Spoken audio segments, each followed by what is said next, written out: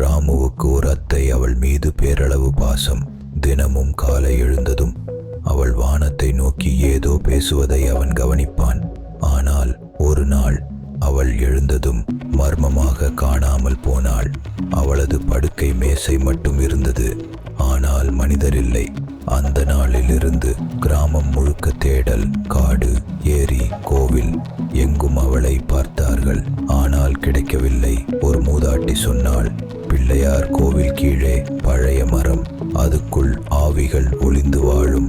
அந்த மரம் அருகே சென்றவர்கள் மூச்சு குறையும், பனிக்காற்று புடைக்கும், ஒரு கணம் நிலைக்க முடியாது என கூறினார்கள். அந்த இடம் வெறிச்சோடி கிடக்குது. அங்கே யாரும் இல்லை. அவள் எங்கே போனாள்? அவள் உயிரோடு இல்லையா?